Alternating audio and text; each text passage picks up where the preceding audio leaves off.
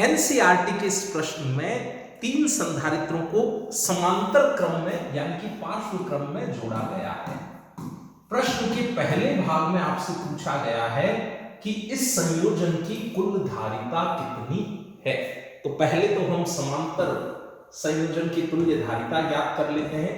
ये रहे 3 संधारित्र जिन्हें हमने जोड़ा है समांतर क्रम में ऐसे। अब इन संधारित्रों की धारिता आपको दे रखी है 2 पिकोफैरड, 3 पिकोफैरड और इधर दे रखी है 4 पिकोफैरड। आपको याद है समांतर क्रम में तुल्य धारिता कैसे निकालते थे? शाबाश। समांतर क्रम में C तुल्य हुआ करता था C1 plus C2 plus C3। सारी धारिताएं जुड़ जाती थी। तो यहां आपका तुल्य धारिता का मान आएगा 2 प्लस 3 प्लस 4 पिकोफैरड। सारी धारिताएं पिकोफैरड में चल रही है। 2 प्लस 3 5 प्लस 4 9 हो गए, यानी कि उत्तर आ गया 9 पिकोफैरड।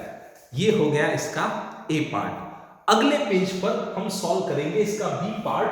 संयोजन को अगर 100 वोल्ट के संभरण यानी कि बैटरी से जोड़ दिया जाए तो प्रत्येक संधारित्र पर आवेश, आप ये लिखिए, फिर हम इसका अगला पार्ट सॉल्व करेंगे।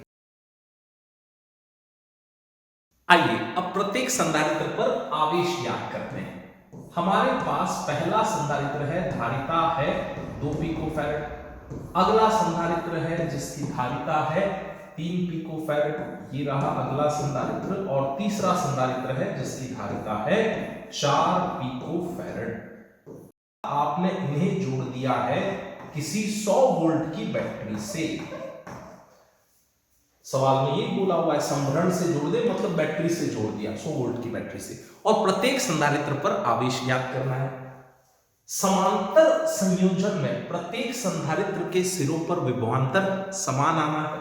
और हम ये मान लेते हैं कि इसमें जैसे इस संधारित्र पर अगर आपसे आवेश पूछा जाए तो इस पट्टिका पर आप लिख दीजिए Q1, सामने वाली पट्टिका पर लिख दीजिए -Q1, इस पट्टिका पर लिख दीजिए Q2, सामने वाली पट्टिका पर -Q2, इधर वाली पट्टिका पर आपने आवेश मान लिया Q3, तो ये सामने वाली पट्टिका पर -Q3।